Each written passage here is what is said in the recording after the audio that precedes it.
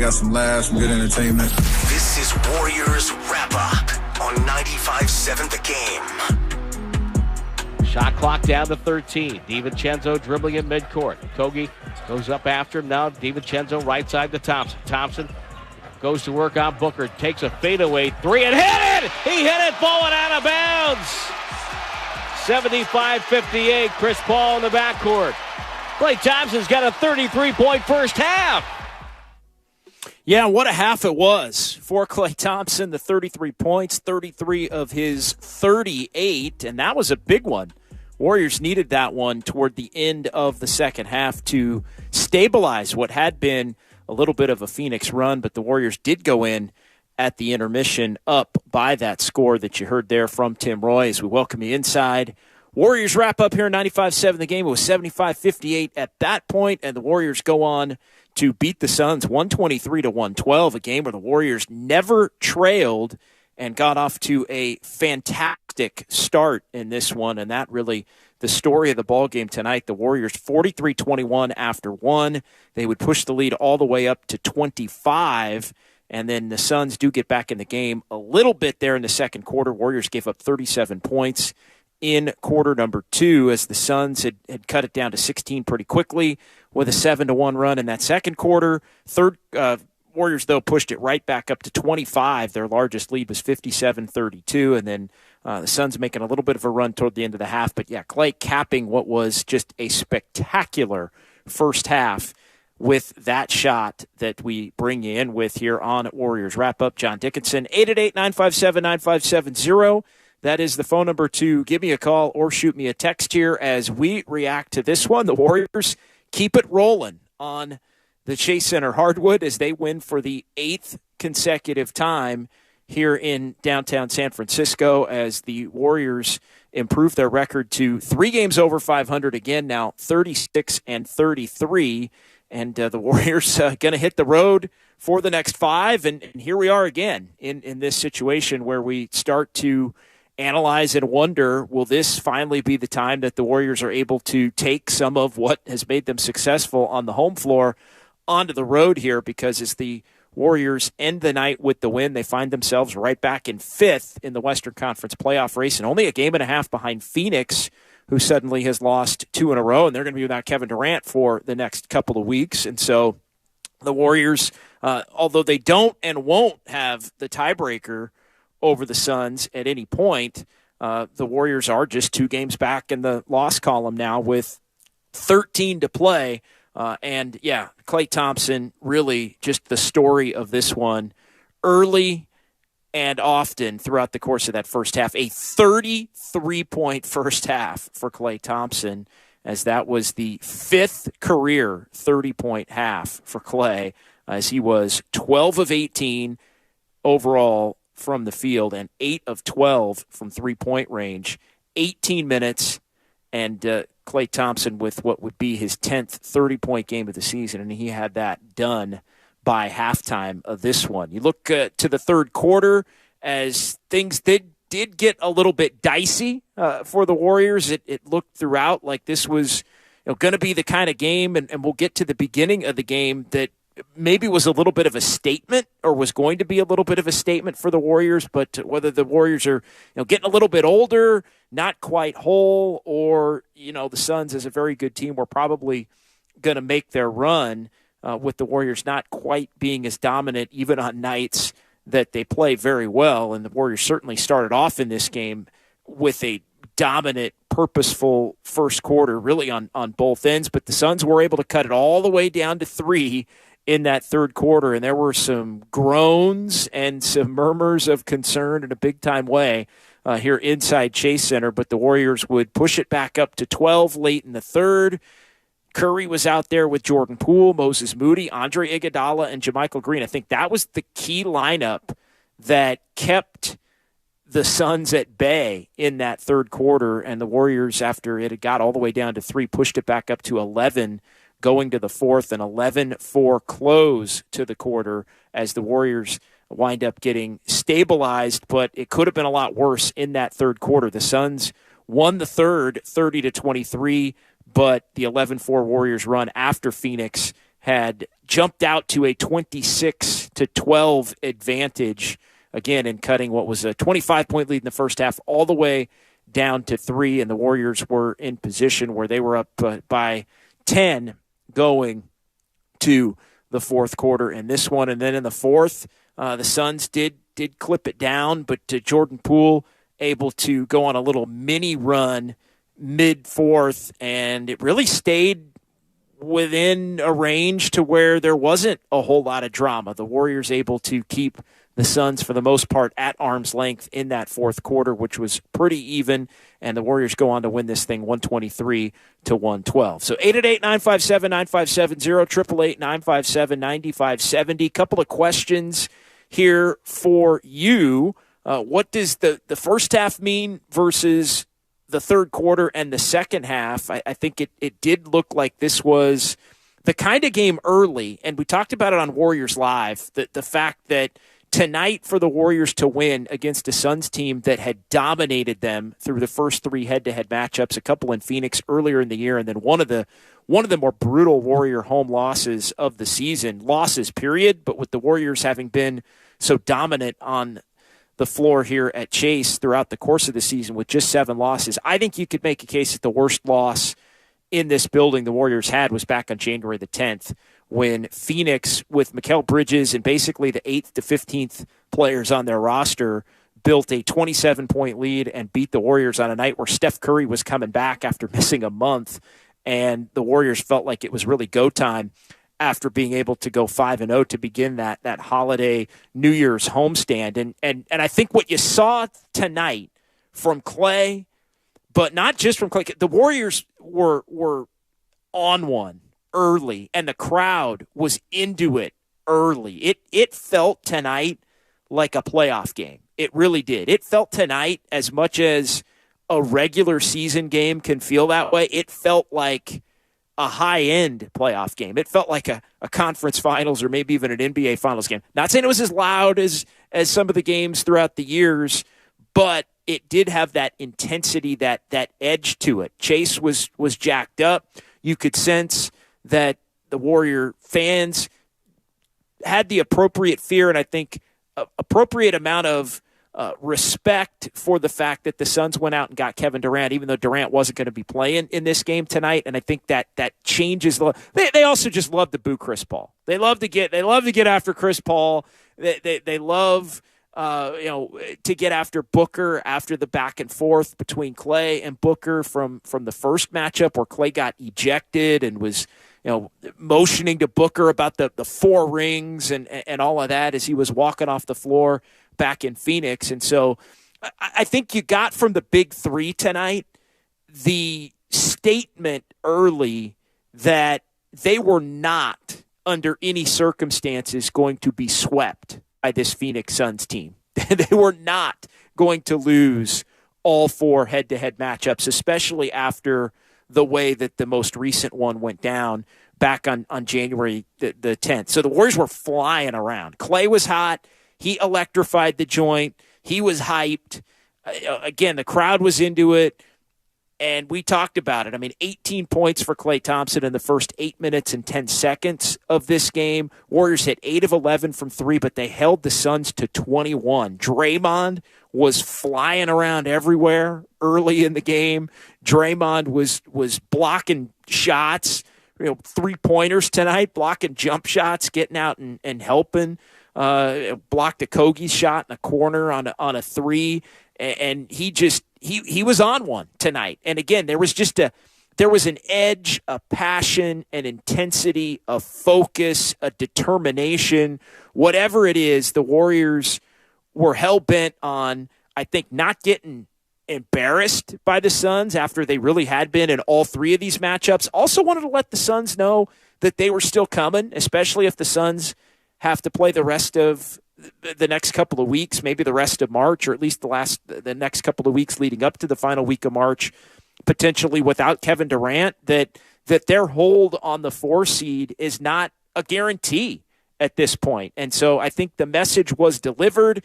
Again, you knew whether it's because Phoenix was going to make their run or whether the Warriors, again, are just not quite as dominant as as they were used to be, we're used to seeing them be, that, that it would probably tighten up. We've seen the Warriors lose some leads. We've seen games that look like they're going to be laughers turn into nail biters. And even though the Warriors, for the most part, have prevailed in the overwhelming majority of them, you just had a feeling that it wasn't going to be the romp that we saw in the first half. But again, the Warriors did enough in the third quarter as the Suns were more physical. They were more aggressive. But the run toward the end of the third, Warriors went with a little box and one on Booker a little bit. But they re-won the game, I thought, after they had given up the 25-point lead at the end of the third and early in the fourth, and then did just enough to keep the Suns away from really making it a nail-biter and having people hyperventilate inside this building down the stretch here, which I think after Saturday and what Steph Curry did to bring the Warriors back and pull them to that victory over Milwaukee, I think that was very much a good thing for the Warrior fans who came here tonight ready to watch this team get a win. And I think there was also a belief from this team that they had to get this one because the road is such an unknown proposition for this team right now. 8 in a row now at home, and that equals the Warriors' 8 in a row, which they have lost on the road. And the next 5 are on the road in L.A. against the Clippers. They go to Atlanta and Memphis. That's a back-to-back. Then Houston and Dallas before the Warriors' next home game, which is a week and a half away on the 24th, as the Warriors will take on the Philadelphia 76ers at that point.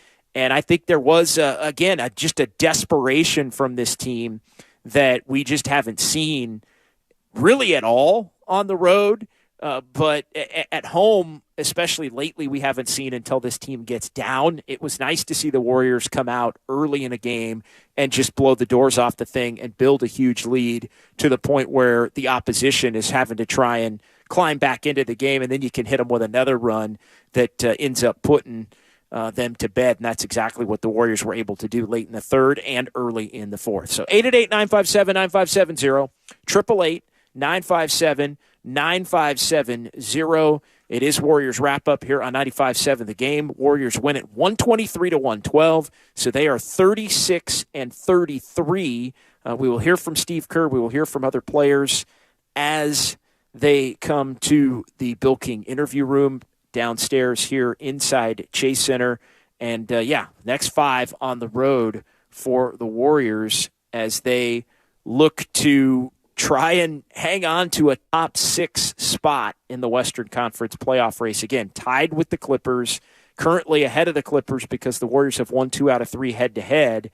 And if the Warriors can win, that's a huge game on Wednesday night against the Clippers in L.A. You win that one, you're 1 up on the Clippers, and you're 5th, and you have the tiebreaker because you would have won 3 out of 4 if you can get that one. If you don't get that one, you're 1 back, and you're continuing down the path of can't win a road game essentially against anybody, and then there's potential for the conference record or the division record tiebreaker, which would be the first tiebreaker between 2 teams in a division, to swing the other way. Currently, the Clippers have it, but the Clippers are 6-7 in the division.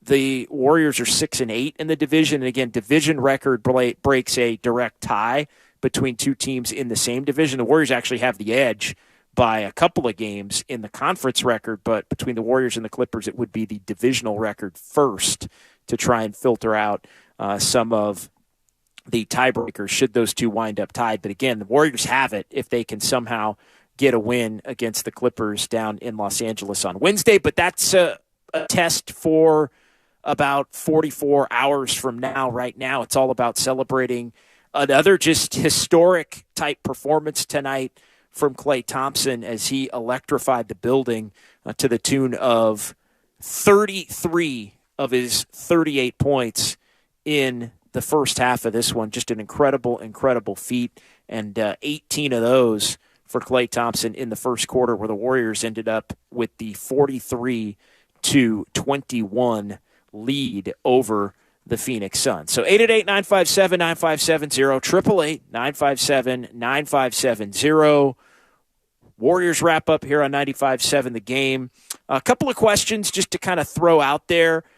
How many wins in this trip do the Warriors need to where you're feeling comfortable about their ability to get into the top six? And how many road wins, let's say overall, in the final 13 games, 8 of which are going to be away from Chase? The Warriors have the 5-game roadie, then a 4-game homestand, and then they go to Denver and Sacramento and Portland with one more home game. So 3 of the last 4. It's the next 5 on the road, and then there's 4 at home, and then 3 of the last 4 on the road. That's the breakdown over the last 13 here for the Warriors. But how many wins on the road do you have to see? I'm done until the Warriors actually win a couple of road games or come up with some kind of surprise road win as to say, hey, they're turning the corner. At this point, they're just an excellent home team that still very much looks like a championship-like contender when they're playing in this building.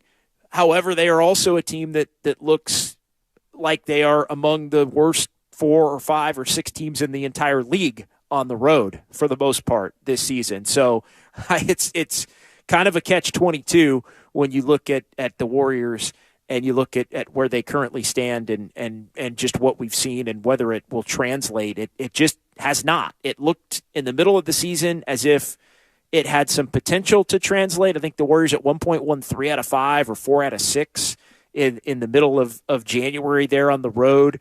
And you add it up, and yeah, there was that 3-2 trip where the Warriors went to San Antonio and got a win. They won in Washington after losing in Chicago, lost in Boston in a game that they let get away late, really terrific game, and then won in Cleveland, even being shorthanded. And so the Warriors were able to get to 3-2 at that point. It looked like, all right, maybe they're flipping it around a little bit on the road, but it has been completely non-existent since January the 30th, the last time that the Warriors picked up a road win in OKC, 8 straight away from Chase, not going the Warriors' way. So 888-957-9570. Xfinity mobile text line is open as well, 888-957-9570. Let's get to the secret sauce of the game before we take a quick break. Why did the Warriors win or lose? What was the deciding factor? That's our secret sauce of the game, and the secret sauce tonight was not so secret. It was Klay Thompson terrorizing the Phoenix Suns in the first quarter to the tune of 18 points in rapid fashion. 8 minutes and 33 seconds played for Klay Thompson. 7 of 9 overall, 4 of 6 from 3, a plus 15. He was unbelievable with 18 of the 33 that he would score in the first half in that first quarter, and he electrified Chase Center in a big way, along with Steph Curry and along with Draymond Green. But Klay Thompson had a little bit of that, I might break the all-time record. He had a little bit of 37-point Klay going. He had a little bit of might go for 60 in about 30 minutes. He had a little bit of that Klay going. He had a little bit of the 14 three-pointers in a game might get challenged as the all-time record, which he currently holds. There were all those 3 levels of nuclear, take the game over, absolutely carry a team, and just, have it, as Steve Kerr has alluded to over the years, be kind of an out-of-body experience almost. It was that level of Klay Thompson tonight, and that was the secret sauce of the game. Brought to you by Proposition Chicken, fried, flipped, fake. This chicken goes 3 ways, now available in 8 Bay Area locations, with the newest one being in Novato. Klay Thompson and his 33-point half. 18-point first quarter is the secret sauce of the game for this one tonight, as the Warriors are able to get the win over the Phoenix Suns. 888-957-9570. We'll pause here. We'll come back. We've still got your hardest working player of the game. We're still going to hear from the head coach of the Warriors, Steve Kerr, and hopefully some players as well, as the Warriors win tonight over the Suns, 123-112. They improved to 36-33, and you heard it right here on 95.7 The Game. People who come to Cricket stay with Cricket, just like our customer, Christine. I'm a director and a performer. I got a free phone from Cricket, and I've used it to live stream 73 of my shows on social media. How do you like it? It's fabulous! Switch to Cricket and get a free Samsung Galaxy A14 5G. Smile, you're on Cricket. Real customer paid for testimonial. Limited time. Must bring your number to Cricket on a $60 a month. First month service charge and tax due at sale. Phone streams video and SD. Cricket 5G is not available everywhere. Fees, terms, and other restrictions apply. See cricketwireless.com for details. Ray Magliozzi here for eBay Motors. You're driving along and some...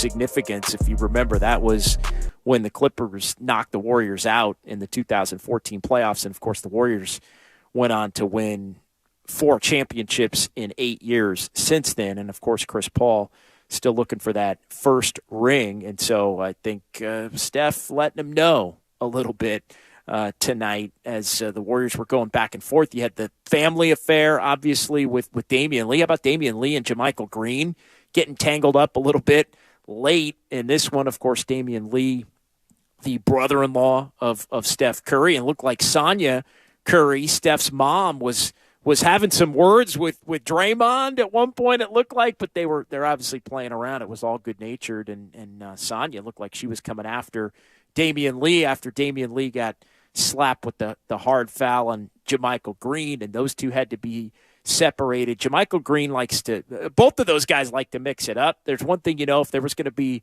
a couple of players get broken up, I would say JaMychal Green would be in the mix. He likes to go nose-to-nose when that type of action is going on the floor.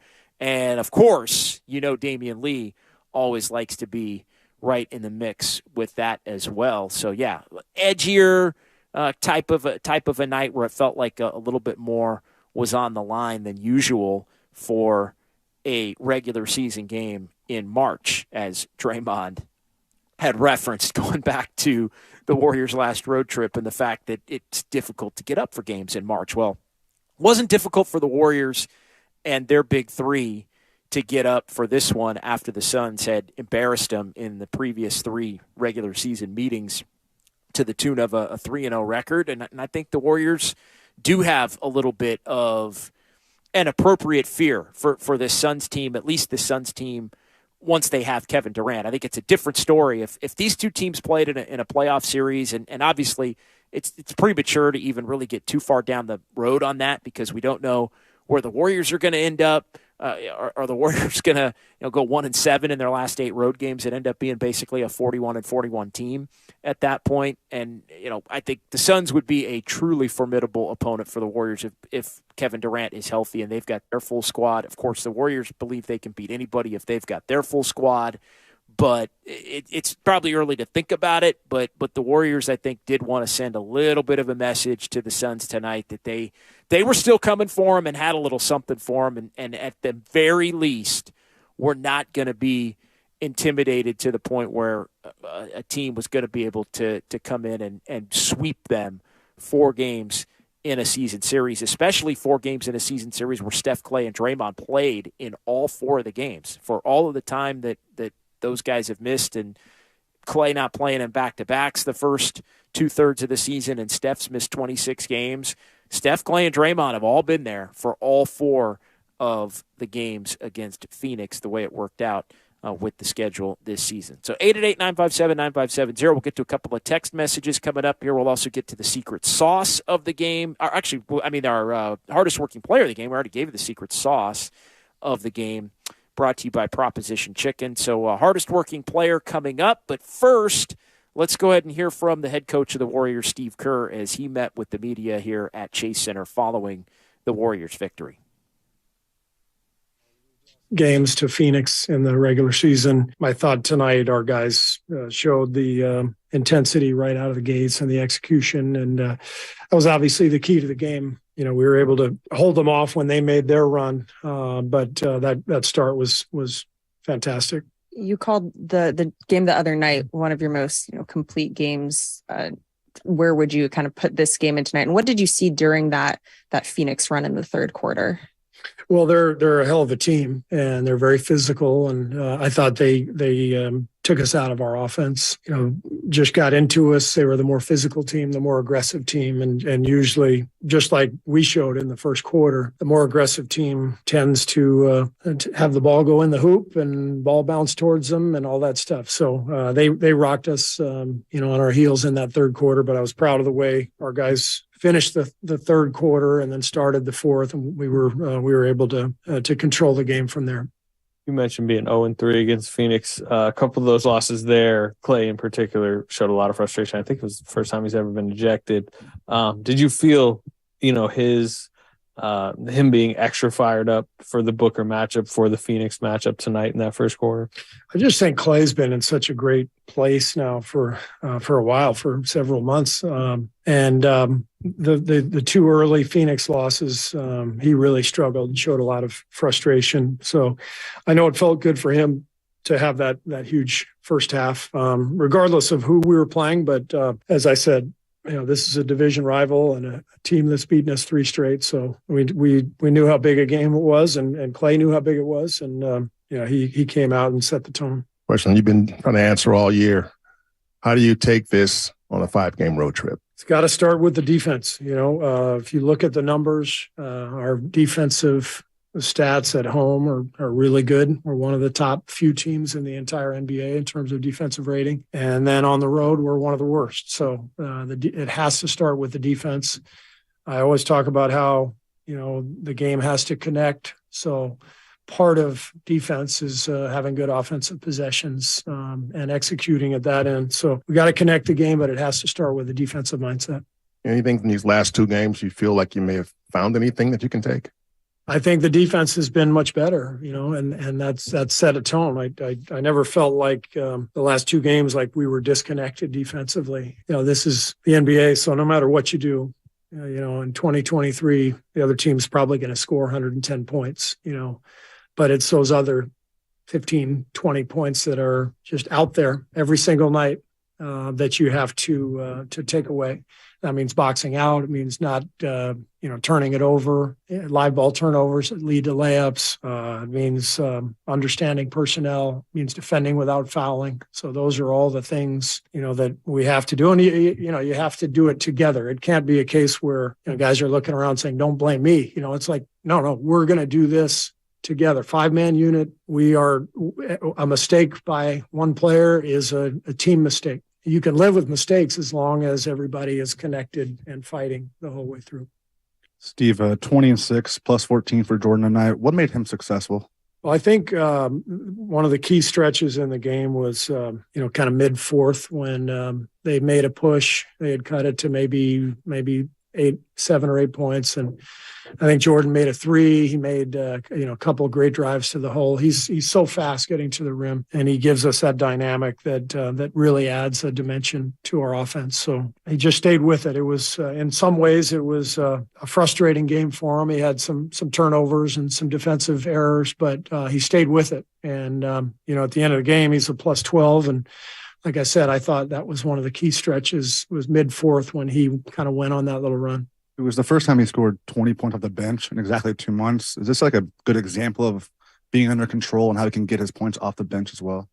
Yeah, for the most part. I mean, like I said, he had a few careless passes in the second half that he's got to make sure checks those, and we need him to stay solid. But biggest thing for Jordan and really for all our guys is just go out and fight and compete and do it in a way where we're poised and we're executing. And when we all do that together, we're pretty good.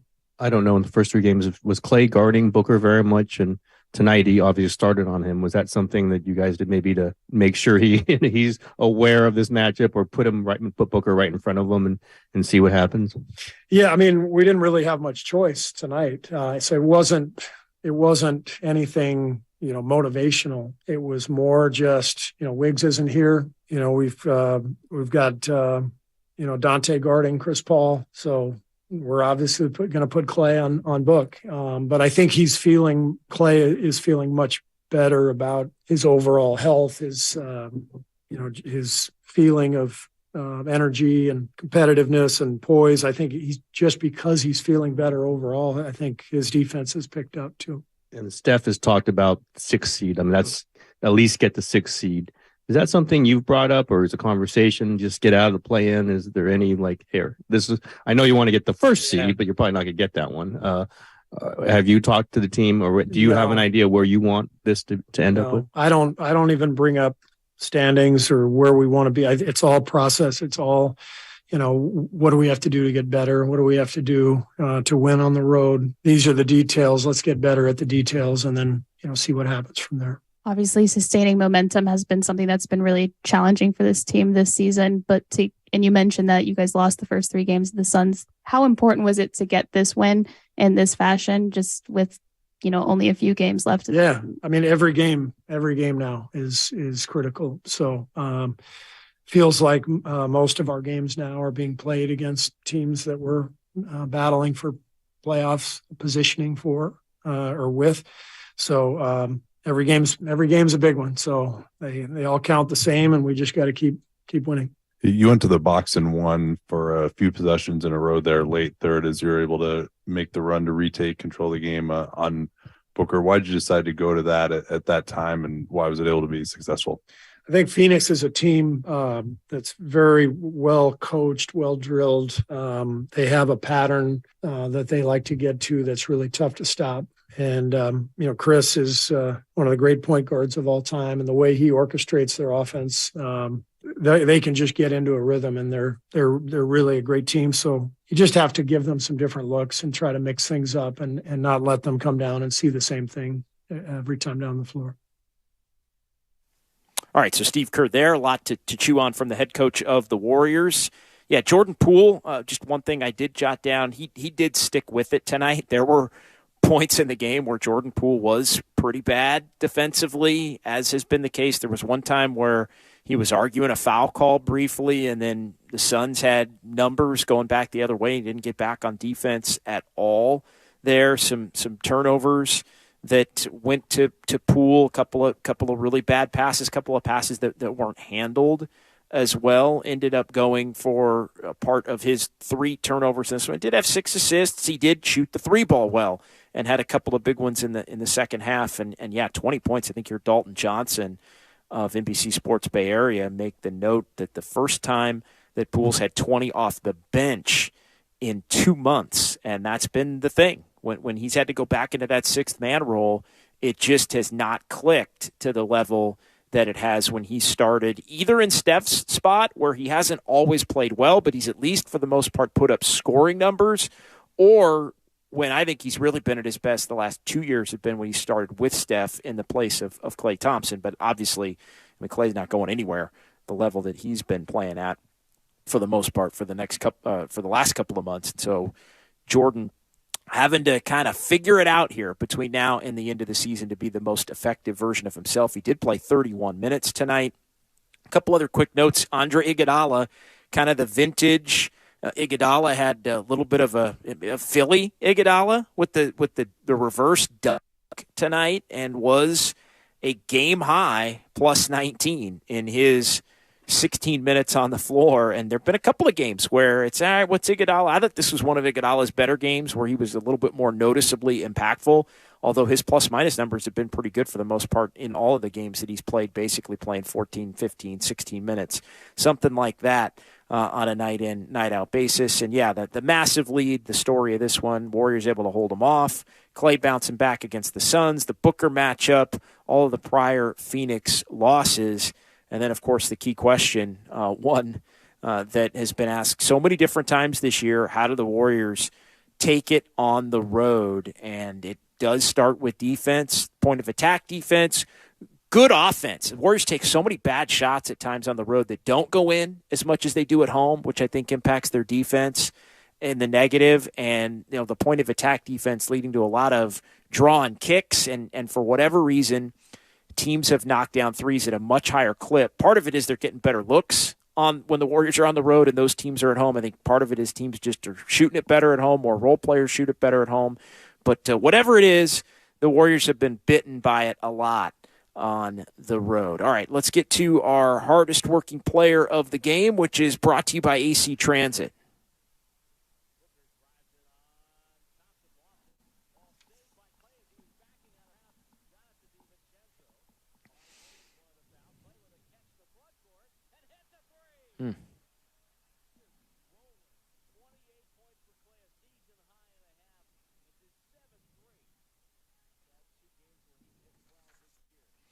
Yeah, Klay Thompson ends up finishing with 8 threes on the night, 14 of 23, 38 points. And, yeah, Klay Thompson, the hardest working player of the game, which is sponsored by AC Transit. AC Transit, looking for hard workers and offering a $2,000 bonus for new bus operators and Journey Level Mechanics to join their team.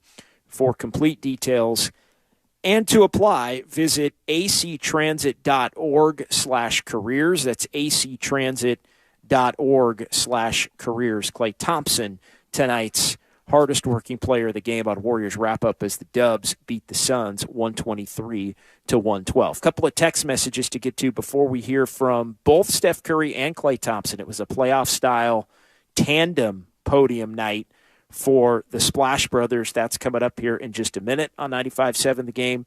But a couple of text messages to get to. 415 on the Xfinity Mobile text line. Hey, JD, Suns look like they missed Bridges, Cam Johnson, and Jay Crowder on defense. They better outscore teams in the playoffs to advance. I think the Suns are still trying to figure out what their defensive identity is going to have to be with the new look team. It would help, though, if they had Kevin Durant in the mix for more than a couple of games. I'll tell you, I think the Suns have a shot to come out of the West this season and make it to the NBA Finals, but it's probably not going to happen. In fact, I would guarantee you it's not going to happen if Kevin Durant isn't healthy and playing a majority of or all of the Suns' playoff games, because they did give up some defense for offense, although Durant himself can be a very productive defensive player as well. But the Warriors or the Suns are in a position where they do have a little bit of a different look to them. They had played so well in the lead up to the trade. Then they got the infusion of Kevin Durant is coming. They actually played well after the trade. And I think, and I mentioned this on Warriors Live, that the Suns are probably at a point where they're hitting a lull. Like right when they were about to take off with Durant goes down. And they lost at home the other night, a little bit flat against Sacramento. Looks like Sacramento's the big-time favorite now, although they got beat tonight in another thriller in Sacramento. It seems like every game there goes down to the final seconds. Milwaukee beat them with Giannis having a monster night.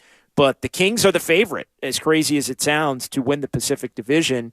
And with their win at Phoenix on Saturday night, I could see the Suns maybe dialing it back a little bit and just trying to maintain and make sure they get a top 4 spot and make sure that Durant and everybody else is healthy and they kind of figure out the way that they have to play. Whereas if they had won that game against Sac, I think, and they had Durant, obviously, for the next month here in the fold, that they could really try to push forward and make a run at maybe, winning the division or even being the 2 seed overall here in the Western Conference. But without Durant, I do think it's a game changer for them, and they are still only a game and a half up on the Warriors for 4th. So it really is, at this point, it's Denver basically in their own tier. Right now it's Memphis 2 and the Kings 3. Those two teams are separated by a game, and then there's a few games separation between 4, and then it's really between 4 and 13 right now that are separated by, I guess, 6 games now between Phoenix and Portland. Portland is really in trouble, but they're only 2 games out of 10th at this point. But 4.5 games separating 4 and 12 at this point in the West, with a lot of different ways that it can go. 888-957-9570. Final couple of minutes here. Warriors wrap up on 95.7 The Game. Couple of other text messages just on the road trip.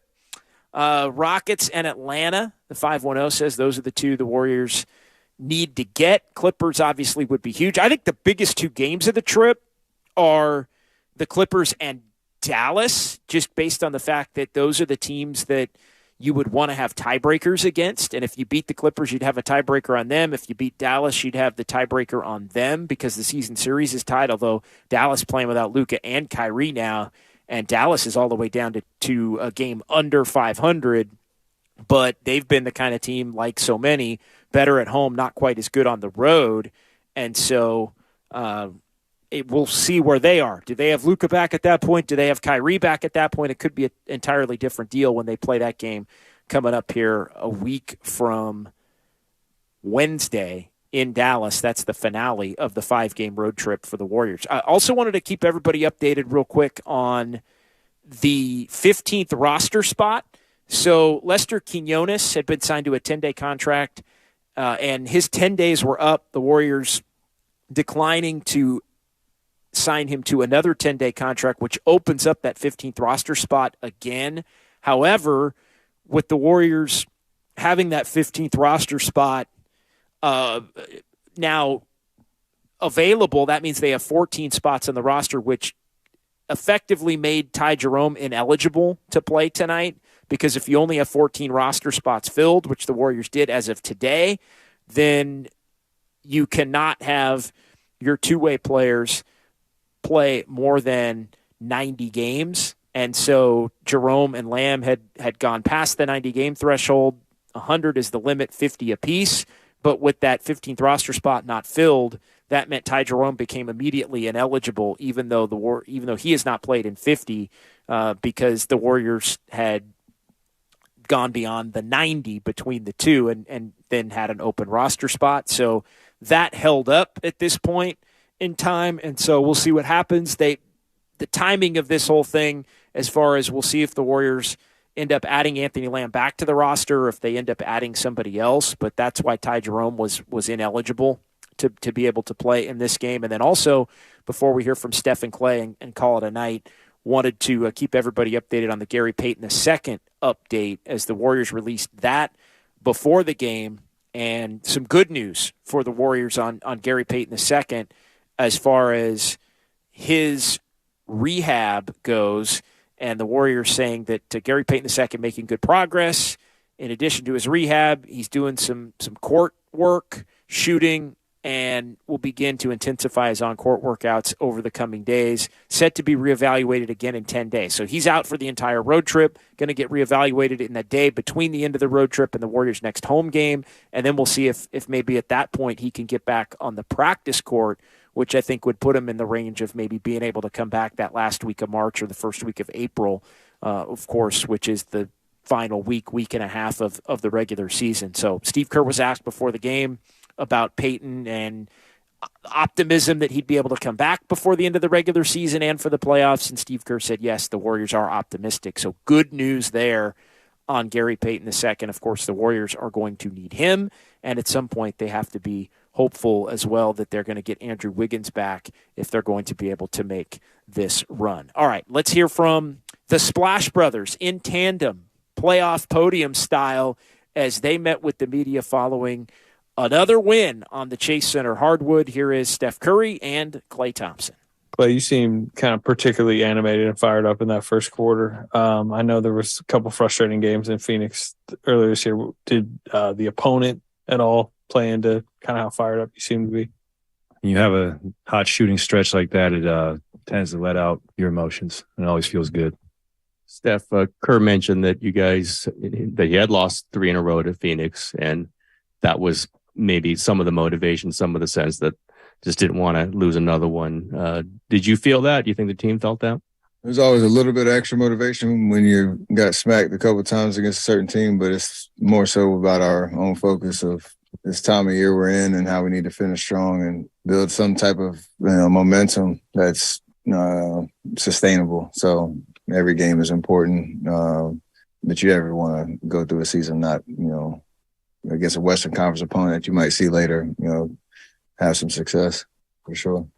Steph, the camera captured you saying this ain't 2014 anymore after you scored on Chris. Was that just a message just to let him know that it's a different time, or it's all competition. You play against somebody for so many years and the love I got for him because, our history and all that. So it's just competition back and forth. Give it and take it. You guys were up by 22 points after the first quarter. It was your biggest first quarter lead of the year. How important is that, and how important is getting those fast starts as the season kind of winds down?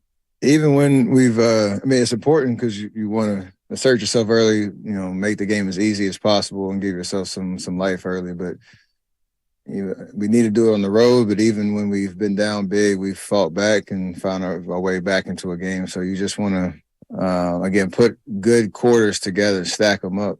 And, we did that at home these last 2. And now the challenge is, what do we do on Wednesday? Hey, Steph, happy early birthday. Question for either of you. What did you guys like about the way Jordan closed the game tonight? His shot making was great. I mean, Jordan has great range on his jumper. His ability to get to the rim was also great. And I would say just his poise down the stretch. Although he had a couple bad turnovers, he responded by getting to the cup, a couple and one. and knocking down really big shots. Clay, we ask all you guys about why can't this happen on the road? What's happening on the road? Do you guys think why can't we do this on the road this season? I think we're going to do it with these next 5 games. I think we're going to come out of this road trip with a lot of great momentum. And although history this season has been not so good to us, I think it's our time to, ramp up our ability to win games. Clay, defensively, how are you feeling out there? You were matched up against Booker. You seem to like it. I felt great. It's the best I felt all season. I cherish playing, the other great twos like Book and Harden, DeMar, whoever it is. I mean, when you get those matchups with the best players at your position, it's just going to bring the best out of you. And as competitors, that's what we seek. Guys, can you talk about Kevon Looney and his play tonight? Almost a double-double, plus 14. But more of the screen assists that he had, 17 points for you guys, 3 after above the break. Can you tell about his performance and how much he's been crucial for you guys? It's well documented now just how much he provides on both ends of the floor for us, and just overall his availability. He's prided himself on being ready night in, night out, taking the challenge on guarding, the other team's size and, playing above, his stature every single night. Offensive rebounds are huge, the way he sacrifices his body to get us open, and just making those big momentum plays here and there that give us so much life. And, we're not the biggest team, so he has to play, really large inside, and it's shown, especially over these last 2 years, and how he's prepared himself to do that, every night. So it gives us a lot. Hey, Steph, I saw like the last minute after JaMychal got fouled, it looked like your mom was about to run onto the floor and Draymond was talking to her. Did you see that exchange at all? Was that kind of like old school AAU back in the day where parents get involved? Yeah. JaMychal and D-Lee had their moment.